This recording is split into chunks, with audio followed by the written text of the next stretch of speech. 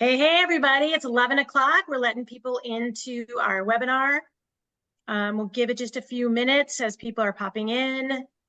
It's a beautiful day in Minnesota today. Sunshine, green on the trees, all good things. So thank you for joining us. As we're letting people in, just a few things to note. Steve, our IT guru, he's going to be monitoring the chat. Please feel free to throw some questions in there as they arise. He'll interrupt us, and then we'll answer those questions as we go. Few disclaimers. We are a physical therapy company. We are not OSHA. We are not representing OSHA. We're taking the statute and we dug into it as much as we possibly could understand. We've been in conversation, right, with MN-OSHA and also on the federal level, just to kind of get a sense of where this lands in the state of Minnesota and within the country. But we're not experts. And if you have any questions specific, we're definitely going to send you over to OSHA to have those. This is really us taking the statute and interpreting what it says and then creating a program based on that statute, and that's what today is about. So before we get started, I'd ask everybody to please mute their what am I trying to say? Just mute. Mute your phones so we don't have any background noise, just for respect out of everybody. And today we have Johnny Calvin. Guess what? Thank you. So we'll have none of that. Thanks everybody for being here today. This is our second webinar on the Minnesota Ergonomics Statute. We gave one of these about 6 months ago, just preparing people for the statute that went live on January 1st, 2024. And we've now gone through the process, digging through the statute, creating a program based on the statute. And Lisa Marais, who can introduce herself, Lisa Marais has been the physical therapist to actually go to a company and pilot the program to create, again, an assessment tool based on the statute.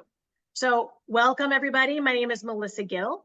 I'm a doctor of physical therapy and CEO and owner of On-Site Solutions Physical Therapy. Really proud to be a Minnesotan, especially since we're moving forward on part of the statute, which is quality of life for the worker, which speaks definitely to us personally. Lisa, how long have you been a physical therapist? How long have you been on site? And anything else you want to say? Hi, everybody. Thanks for joining us today. I've been working with Melissa at On-Site Solutions for over 10 years now, and I cut my teeth in a manufacturing facility where I provided on-site injury prevention services, and learned over the years in a nerdy way all about OSHA and first aid regulations. And I've spent lots of time on both the federal OSHA and the MN-OSHA websites. That does not qualify me as an expert. What I do want to do is give a shout out to our friends over at the MN-OSHA compliance and consultation departments, especially because they've been super helpful. But what we realized as we've spent time working in companies is that as this new legislation rolls out, that companies might welcome having somebody to give them an extra set of eyes when it comes to their level of preparedness for meeting the standards that this legislation lays out. And so that's what we really intended to do, was to create a risk assessment program to help companies make sure that they're complying. And I think also, Steve, you can pop up that first slide there if you want. And I think it's also important to note that we really believe that this is an amazing program, and it can be used for companies that are not part of the statute, but really looking to beef up their safety program and their ergonomics program. We think this was done really, really well. And we're excited that Minnesota is on the forefront of just providing the statute and some guidance. So again, if there's very specific questions for, like, on the OSHA side of things, like Lisa said, we are not experts, but we want to work hand in hand with our safety folks and with ocean regulation. So let's dive right in. Let's talk about kind of our goals and objectives of the meeting today, of this webinar today. And we're sending this out afterwards. So I know it's going to be so much fun that you guys are going to want to take notes, but really just focus on this piece of things, and then we'll definitely get this out. And just as a reminder to please mute, please mute if you can, just so this is a good experience for everybody. Thank you. What are we talking about today? We're going to high level talk about the statute. Very, very high level, because the meat of today is really digging into what did the statute mean when we actually went out there and did a case study and worked with a client. And then lastly, we're going to talk about how can we help our safety professionals? What does a physical therapist bring to that team? And touching on the fact that Minnesota OSHA has really asked for collaboration with other companies, other individuals to elevate their ergonomics program as well. So if you're in the world of safety, the statute was really meant to push you a little bit to get experts to help you, but it's just going to elevate everything. So let's dig in. We've talked a little bit about who we are at the company here. So we have been working in the space for 15 years. We use physical therapists and ergonomics, and we are really the ones as physical therapists that are experts in watching the body move. And we've been doing it for a really long time. So let's get into, again, that high level of what does the statute say? And we could talk a whole hour about this. We did 6 months ago, but on a high level, Lisa, why don't you kind of get into the highlights? Because I know we're digging into these more in depth later. Mm-hmm. So I think the thing that's really important to understand is that Minnesota has required many of its employers since the early 90s to have an AWARE program, where it's a written program where employers lay out how they are going to identify and mitigate safety hazards. And this ergonomic statute actually takes ergonomic risk factors and musculoskeletal disorders and really elevates the importance of them by requiring this to be a written program that companies have to address. So it's always been kind of there in the background, but now there's really an explicit emphasis and recognition of how impactful musculoskeletal disorders are, both economically and also on employee quality of life. Another thing that is important is to know that there was a one-time fund of $2 million that the Minnesota legislature set aside for ergo safety grants. And we'll talk about that a little bit more as we continue through our presentation. But these are really the high-level points.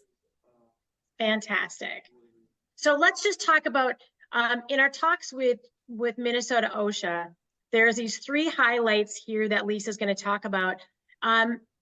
If it goes well, right, and we're really seeing some good benefit from the statute, I would assume that the goal may be to, and again, I can't speak for OSHA or anybody else on the state level, but is to potentially expand this, because at the heart of it is really making sure that we are caring about the worker, and not saying that companies don't care about the workers now.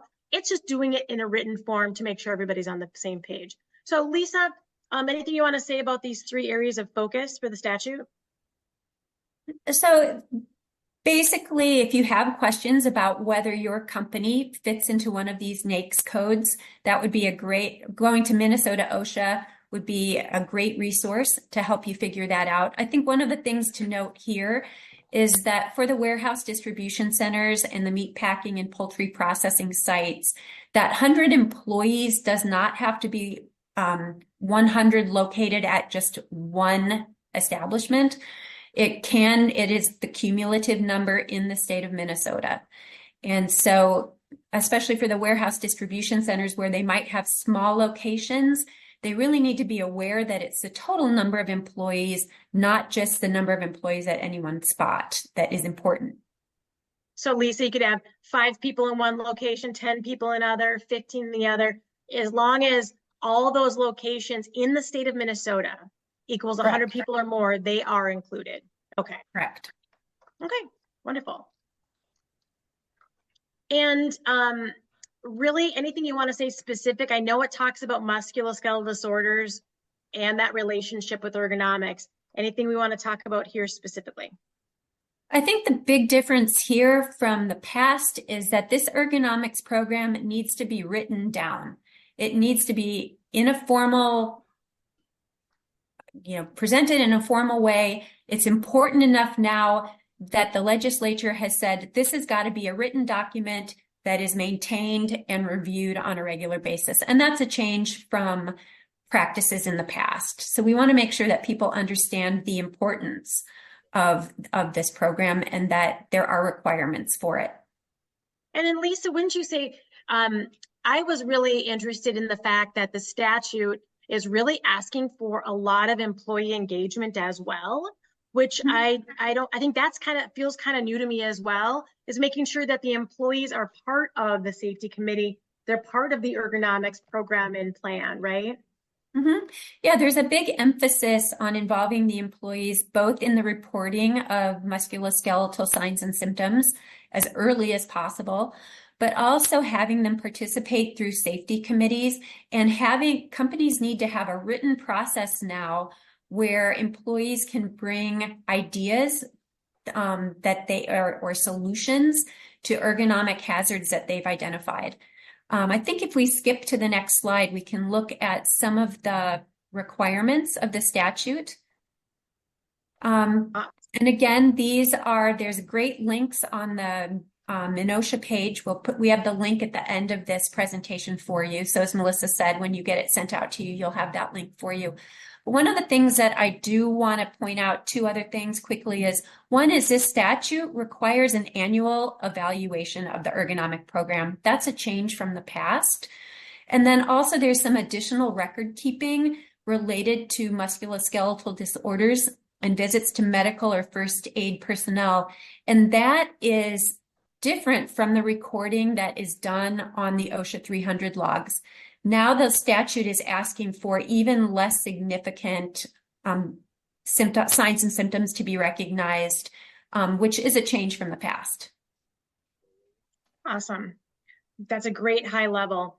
And I think something else that we feel is really important, being in this space for so long, is what we're going to talk about this next slide, which is how does safety and how do businesses go from being reactionary, which is just the way things have been done, to trying to be proactive and really trying to get ahead of injuries. How does this proactive to reactive, how does that sit within the statute? Well, one of the great things to me about this statute is that if you are complying with the standards as they're laid out, you are going to actually create a proactive program for yourself. The focus on training, the focus on early signs and symptom reporting, the goals and the format that the statute requires are really going to help companies get ahead of injuries before they happen and identify risk factors. Whereas in the past, what I think we've seen, Melissa, when we've worked with companies, is that we tend to see a reactive program. Mm-hmm. Companies don't really necessarily consider ergonomic hazards until there has been an injury or an illness. And sometimes, not even until they reach the level of significance where they hit the 300 log. So I think the statute, when people comply to it, it's going to really help them improve their programs in general. And that's one of the things that I think is important for all companies, whether or not they're covered by these NAICS codes or not. If they follow the standards as laid out in the statute, they're going to really have a good recipe for success when it comes to creating a program. So you think, and I believe this as well, but that the statute is written in such a way because it's got involvement from employees, it's a written program, it's including education on musculoskeletal signs and symptoms. It's talking about when they're the hiring process, all of that could really be used for any company. Wouldn't you say? Yeah. Absolutely. And a couple other things that go along with this Recipes for Success is that the written program needs to establish goals for the a company's ergonomic program. So they're starting off with goals that they have to think about. And then at the end, they have to do an annual assessment. They also have to look if they make changes throughout the year in terms of plant modifications or process modifications. It really requires them to look at what they've done and make sure that their program is achieving the goals that they set out with. And I think that that's really, a best practice program factor as well. Great. Before we dig into the case study, which is coming next, Lisa, can you just tell us about reading through? I know our team here at Onsite Solutions spent a lot of time reading through the statute and then creating a reporting system for the client. Anything you want to talk about with that process or the end result of what the report looks like, or do we just wait till we get there? Well, I can tell you that we do go step by step through all of the subdivisions and requirements outlined in the statute so that we kind of do a matching up procedure where we make sure that what the company's got in place already is matching what the requirements of the statute are. But we can talk about that a little bit more at the end. I'll show you an example of what a portion of our report looks like. I get so excited because I'm like, well, what's next? What's next? But let's dig into the case study. So our team at Onsite Solutions looked at the statute, came up with a reporting system, like Lisa said, that's matching up the requirement to what the company has or doesn't have, and then a recommendation based on that. But in order to see if this would really work, Lisa, right, we had to find a company that was willing to let us pilot it and get into their space and really try this out for size. It's not really ABC company. We just, it's just for fun. We could have picked something different. But anyways, let's talk through the case study of a true company that we used our reporting system and how that whole thing went for you. Sure. Because this is new legislation with new standards, MNOSHA, we spent a lot of time talking to them about, what companies needed to do in order to comply with the standards. And, so some of this, as Melissa said, was kind of uncharted territory where we had to go out and pilot what we had to see how it was all going to fit. So we found a great partner. They are headquartered out of state, but they are a warehouse distribution employer with a number of Minnesota locations, and their total number of Minnesota employees had a head count of over 100. This company was a great company to work with. They were really interested in making sure that they're in compliance with the requirements of the statute, and they were really forthcoming with their documentation. They were a very well organized company as well, which made it nice for me. But just great partners to work with. Which is great. And then let's talk about what you really had to do before you got your boots on the ground, got to go to that warehouse and meet people. What was the process of gathering information before you went on site? Right. So, as I said earlier, we're another set of eyes for companies to look at their existing processes, their existing documentation and their records to really kind of help them have an outside perspective on how they're doing. And it started with looking at some of their documentation and their records. You'll see on the next slide, there are a lot of documents that go into this, from OSHA 300 logs to safety committee meeting minutes, to kind of really training documents to make sure that they have things in place and they're compliant. So we started off with a request, we reviewed our documents, and then we needed to get on site. So we scheduled a physical walkthrough of their facility and some interviews with their key personnel and safety stakeholders, some of their employees.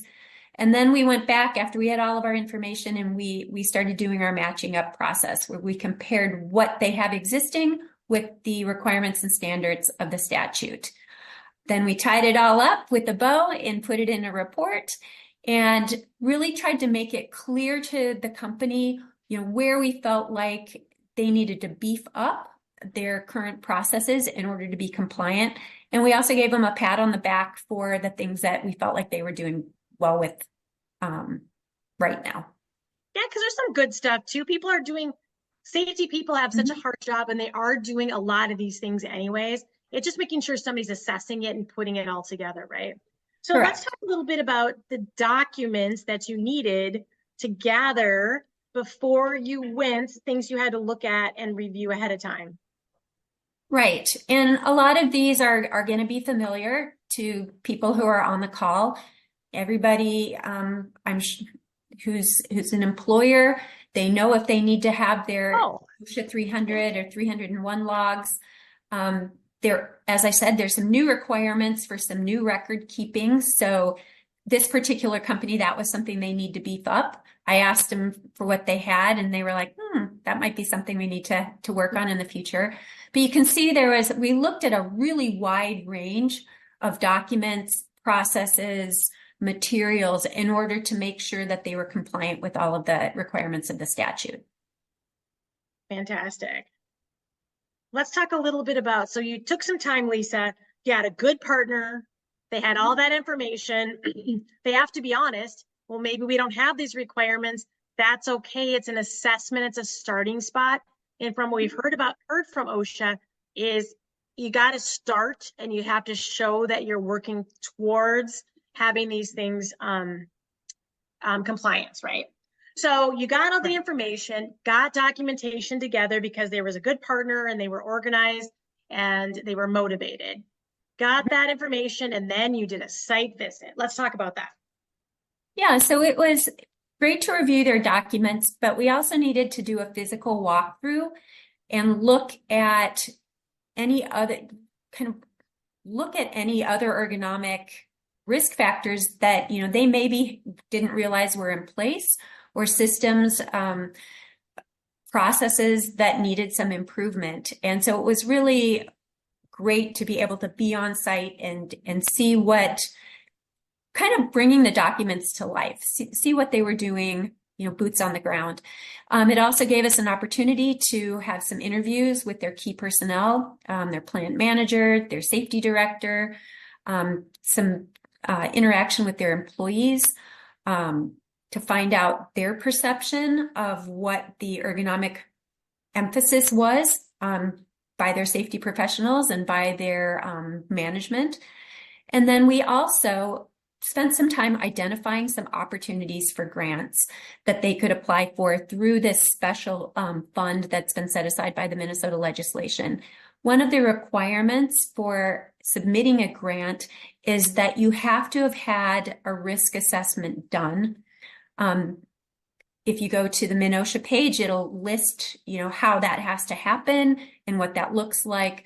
But you can't just apply for a grant based on something you would like. You have to have an identified need. And so we were able to find a couple of opportunities that we thought would be really helpful for them and bump up their ergonomic program. And Lisa, during this process of your site visit, you're not actually doing ergonomic assessments. This was a very high level assessment. Okay. We did use a standardized methodology to look at the major areas of ergonomic risk. So, and also the document review, it kind of pointed us in the direction of what type of musculoskeletal issues they had seen in the past. So we were able to focus our site walk. But no, this is not an in-depth looking at every process assessment. This is a high-level assessment. Great. Well, it looks like here this is an excerpt of the report you created, right? Where you're trying to match up the statute with what the client has. This looks like red, not met. There is some green, right? They were doing some things well, but that full assessment process is all the components of things that are not met, on the way there or actually green compliance. Tell us a little bit about what you learned during this specific requirement.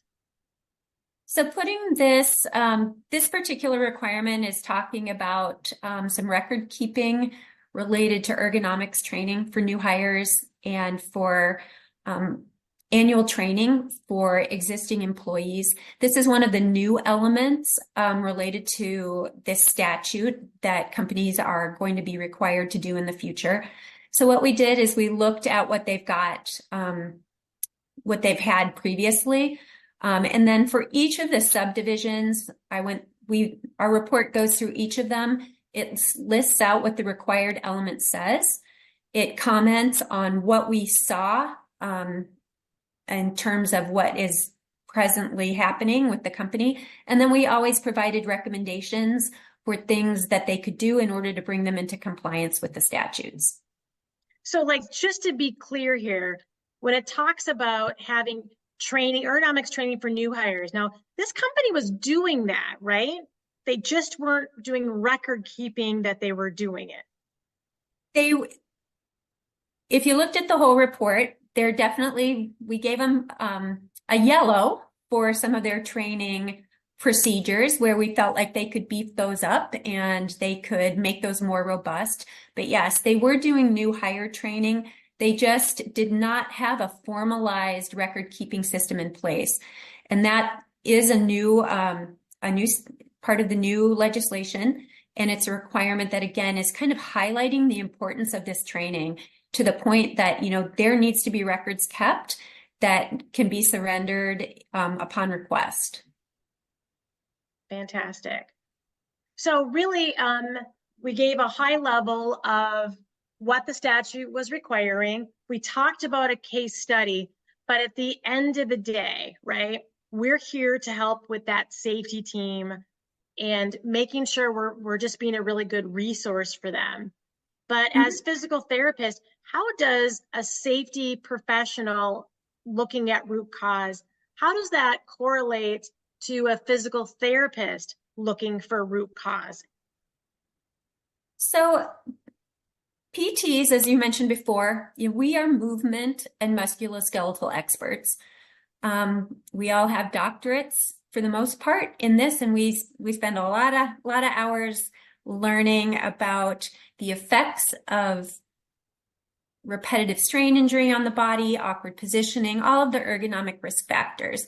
And so when we're looking at signs and symptoms, we're bringing a slightly different lens than the safety team. We're looking at the physical aspects, what might be going on in terms of the body that are producing those signs and symptoms. If you have hand and wrist numbness or pain or tingling, is that coming from carpal tunnel syndrome or is that coming from a herniated disc in the neck? That's part of the lens that we can bring. And it's one of the things that we thought would make us a good partner when it comes to doing risk assessments, because we can bring that added layer as PTs to the safety team to make sure that they're really capturing all of the ergonomic hazards. Well, I want to bring up a point here too. I think in the space of on-site and ergonomics that we're talking about athletic trainers versus nurses versus physical therapists on what our training is and what we're looking at, right? I think when you bring up an individual and where they're having pain, that the space of an athletic trainer is so fantastic in an acute situation. Here's something that happened. It's acute, a mechanism of injury, signs and symptoms, and they all come together. When the physical therapist is able to bring an extra level of evaluation and assessment, and you gave a perfect example, being able to decipher if, pain, numbness, and tingling in the wrist and hand, that could be a lot of different things. That could be a systemic complication like diabetes or a circulatory issue or neck and spine or something else. And just to let the people on the webinar know that that's a differentiator if you're going to talk about athletic trainers versus physical therapists versus nurses.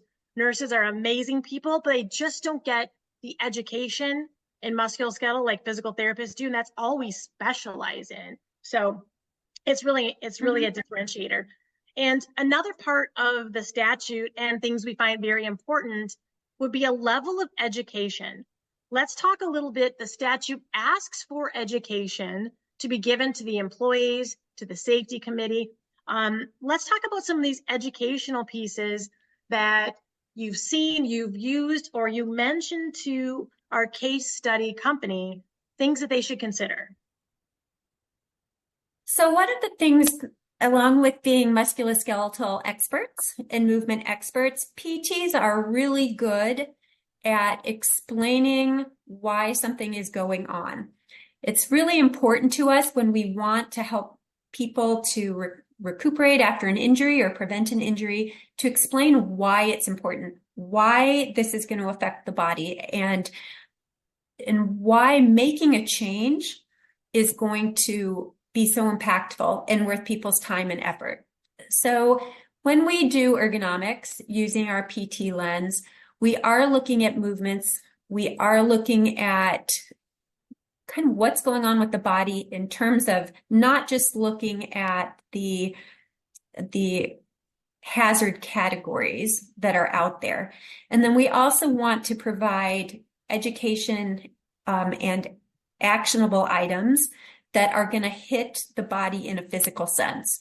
So it's not just necessarily adding a floor mat, but it's adding some things people can do physically in order to improve the situation. So we do bring that different lens, I think.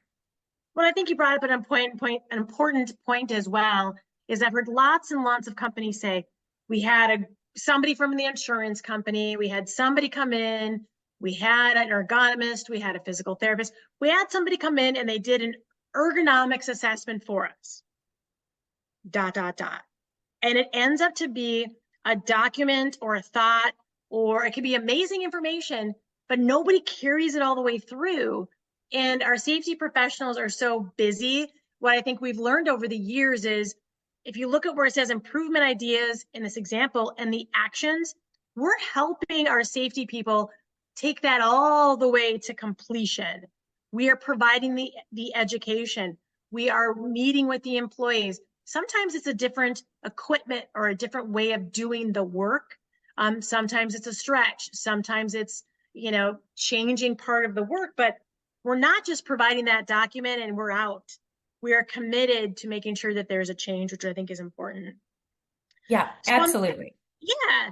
And so on this next area here, when we're working with our safety team and our safety professionals, training the why. Tell me what you mean by that. So again, it's kind of bringing a different lens. I've worked with lots of fabulous safety people, and they are great at identifying ergonomic hazards. But sometimes they explain the what to employees, but they don't necessarily have the knowledge to explain the why. A quick example is, we like to talk to people people in the companies we work with about using a power breath, which is using a forceful exhale when you're doing exertional lifting. And people kind of resist it because they don't necessarily want to do a big breath out in front of their peers. But when we explain to them that what that breath is doing is it's pressurizing the torso, it's engaging the ab muscles, and it's creating stability for the body. Now, suddenly it makes a lot more sense to them. We demonstrate it. We explain the why, and now they're like, okay, there's a reason. I'm not just doing this because it says that on the PowerPoint that I was trained on. We're actually explaining the why and relating it back to the body so that they can feel it and see why it's important. And then we get a lot better buy-in. So one of the things that the statute asks for is an enhanced level of training, and training that is recorded. So it's a much more transparent now that this ergonomic training is happening. And this is an area where I think we can be of immense help to a lot of companies if they feel like their training needs a little bump in order to meet the standards of the statute. Especially if they're still using the how to lift a box VHS tapes. If that is you, please call us, because I think we can beef that up just a little bit. Let's talk a Mhm. little bit about the ergonomics education, and kind of what you've seen, what we've done before. I know our goal is to be proactive, and when we're working with a client, we see a lot of, for example, a lot of overhead work. We're Mhm. looking at, as physical therapists, right? We're looking at, wow, the rotator cuff is gonna be at a risky position when we're gonna be above head. The neck and the cervical spine is at risk. We see that, and we see that before it becomes a major issue. And then we try to educate on that so it doesn't become a rotator cuff issue. It doesn't become a cervical spine issue. It doesn't become a middle back scapular pain issue. So in that proactive space, right, and using our Mhm. PTIs, tell us a little more about the proactive version of a toolbox talk. Yeah, I Or think maybe I you just did. I was going to say, I think you hit the nail on the head. Yeah. And again, I think what we found is the importance of, tying this back to people's body and not just saying this is what you should do, but not explaining how it is going to impact them physically.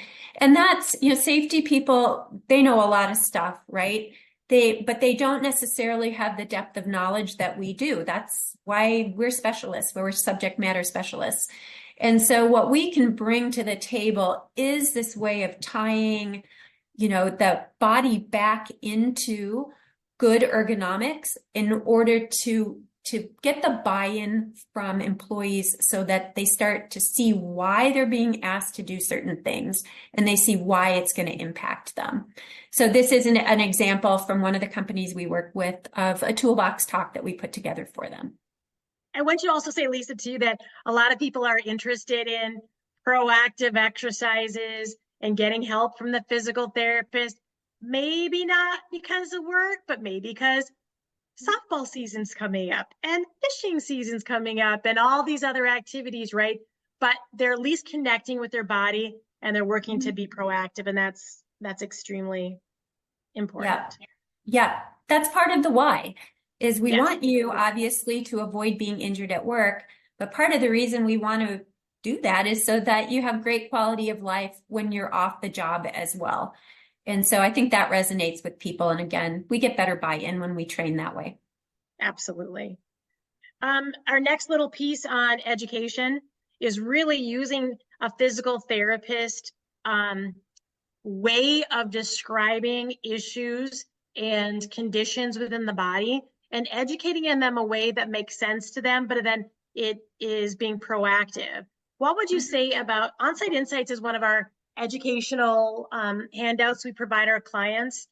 Anything you want to add to just, again, conditions that are affecting a lot of people? It doesn't require a doctor visit, may not even require them seeing us physical therapists, but it's something that we can provide people. Right. And I think that, this is kind of at the heart of this statute is providing information and setting up an environment where the body is taken care of proactively, and providing education on general health issues is right in our wheelhouse. It might not be first for safety professionals, and that's where we can be a really valuable part of the team.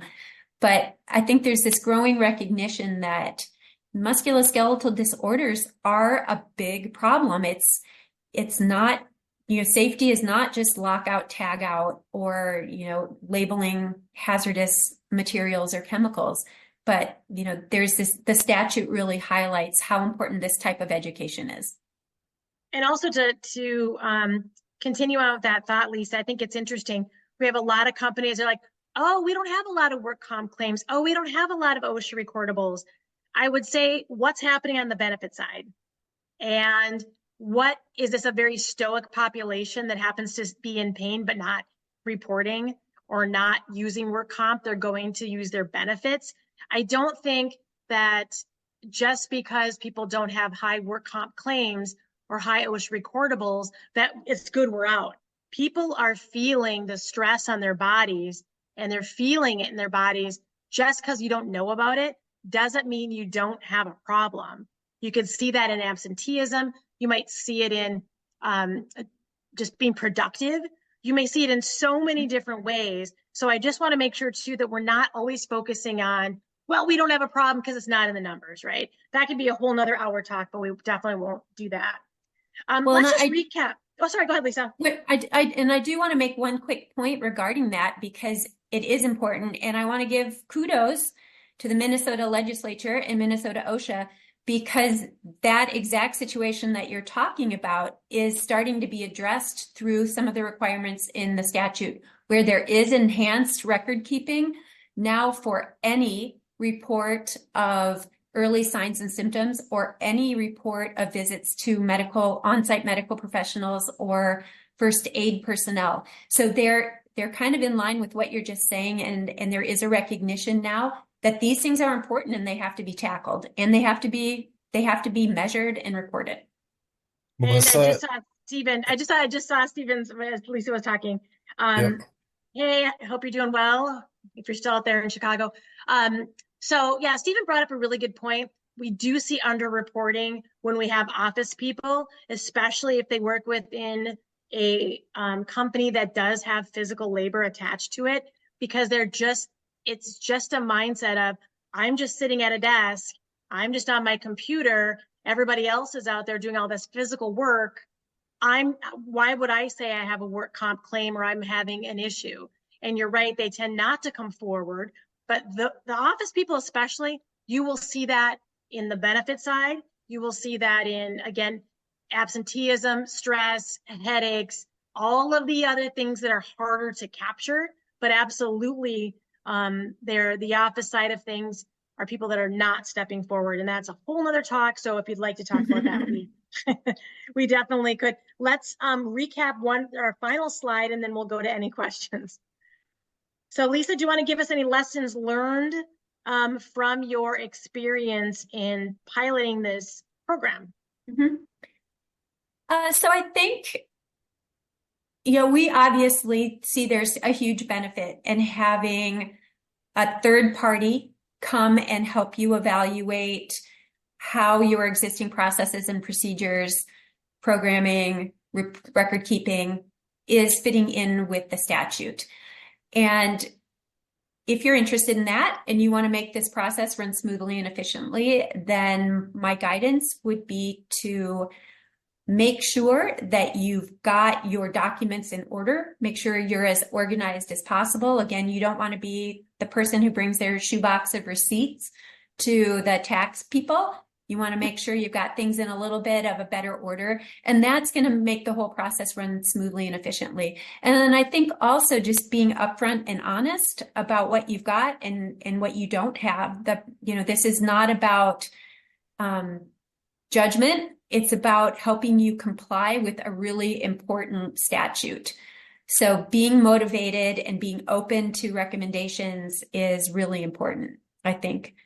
When Melissa and I did do a review meeting with our partner, ABC Company, and we gave them a chance to review the report that we did for them, and then we met so that they had a chance to ask questions or, find out our recommendations in more depth. And I think they found this, what we got from them was that they found this to be a very valuable experience. Mm-hmm. They really appreciated, having the attention to detail where we took their processes and we held them up against each aspect of the statute, where we looked at both their documentation. We also did their physical walkthrough, and they really also appreciated us pointing out the opportunities where they could potentially ask for some grant money to mitigate some. In this case, they did not have many ergonomic hazards that we noted, but the ones that we did, we were able to really point them in a direction. And I think they found that very useful.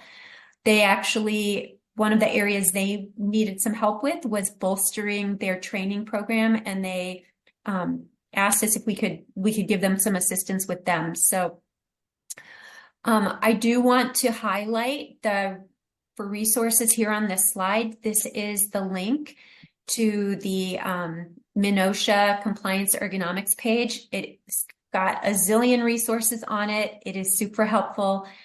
big shout out to all of the people we work with at MN who've given us a lot of guidance and support.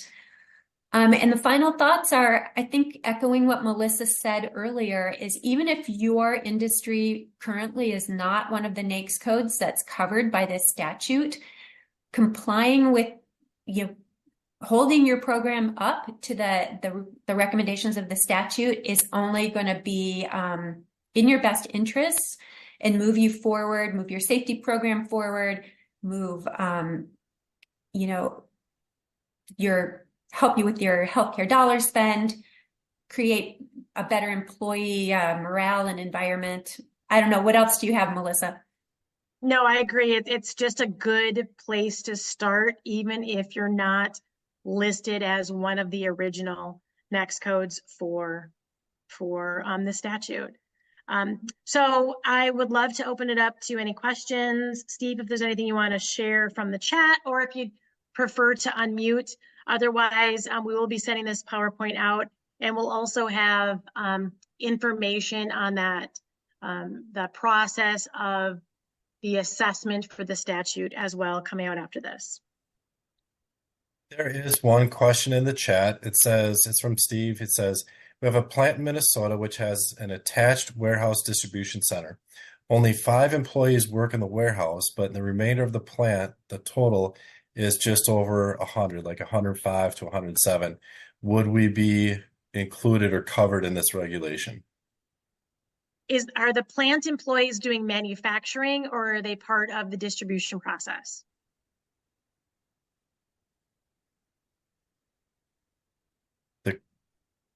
Would have to specify that in the chat or unmute. I think, Lisa, that when we've talked to them before, if they're manufacturing, it's not included. That's a manufacturing component. It's the distribution center part of that.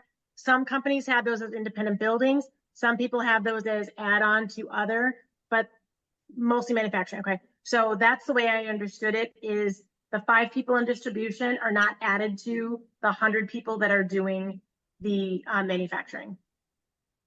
Correct. And I would say if you have questions on this, if you really want a definitive answer, then I would reach out to MN on that, and they'll be able to provide you with the expert guidance. But I agree with Melissa that, yes. It's manufacturing. It's manufacturing. Yes. Other questions on the exciting topic of ergonomic statute? If not, there was our information there. Feel free to reach out to us.